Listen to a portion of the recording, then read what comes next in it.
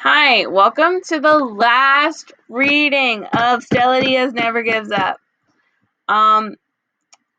Let's see what happens when they go to the bake sale. At last, it's the big day. As we prepare, Linda comes over with Biscuit. He is dressed in a chihuahua-sized shark costume to show team spirit. Linda proudly holds the 5 knitted bags she made for our bake sale. It's all I've worked on all week. I might start an online store, she says. Who knows? Maybe I'll make enough money to pay for a Caribbean cruise. I study all the different bags and their woven patterns. I love the aquamarine one. I'll make you one later, Linda says, for free. I give her a big hug and look at her. Are you going to the bake sale?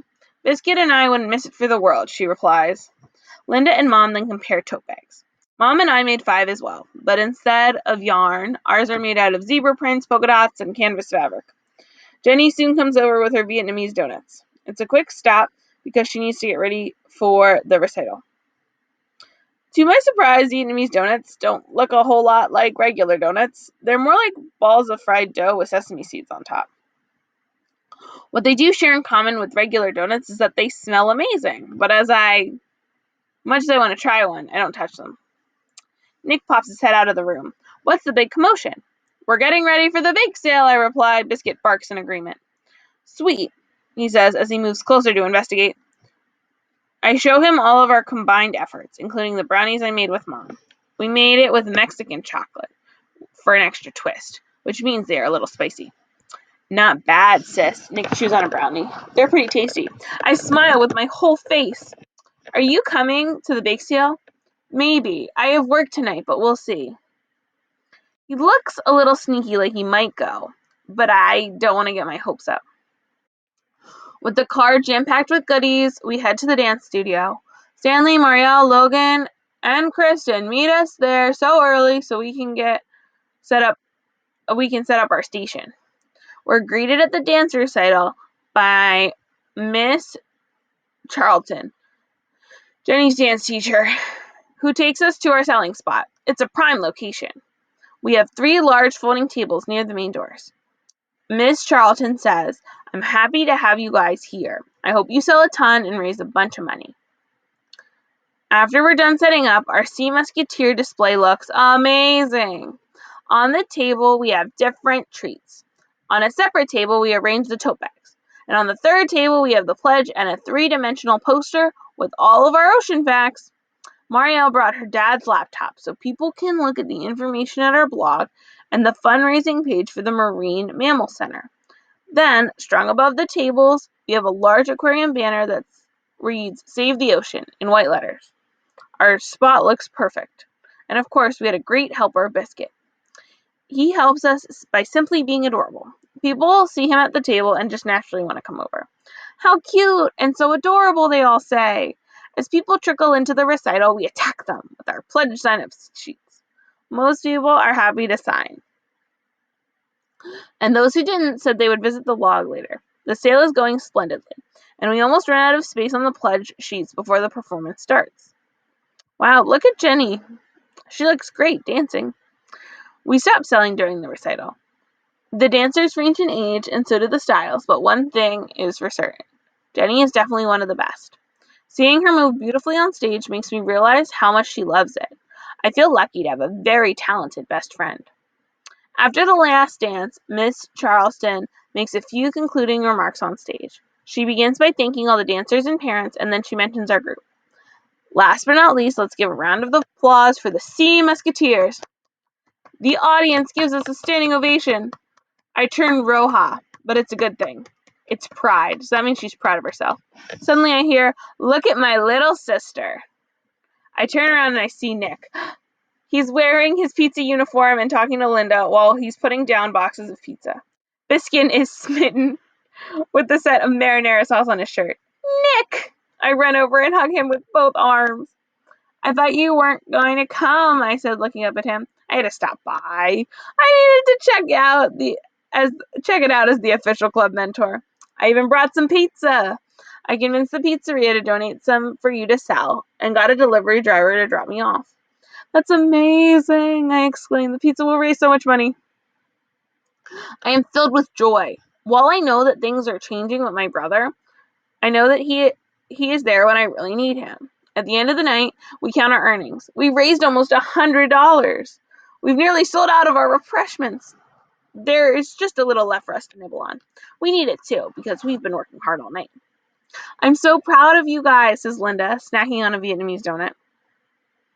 Here, let's take a group photo. My mom motions for us all with her phone to take a photo. We gather at the front of the display. I stand to the side, but everyone insists that I stand in the middle with Biscuit. You're the club leader, says Stanley. I stare at him. Am I? Well, not officially, says Marielle, but without you, we couldn't have done this, at least not together. I pause. I've never considered myself a leader. I'm shy and quiet, but maybe leaders can be both. Quick vote. Who elects Stella as a leader to the group? Everyone raises their hand. You're a leader. Congrats, Logan says, smiling. As Mom finally takes the picture, Kristen whispers, we really should make t-shirts. My mouth drops open in surprise. I hadn't thought of t-shirts. Okay, well, smile. Flash. Mom takes a picture of me looking surprised and happy. Tonight could have gone any better. Oh, look, they all look so happy. Save the oceans. Chapter 25. The next day, Mom donates all the money we raised to our fundraising page. Suddenly, I feel a little disappointed. That's not much money, Mom. I wish it was millions.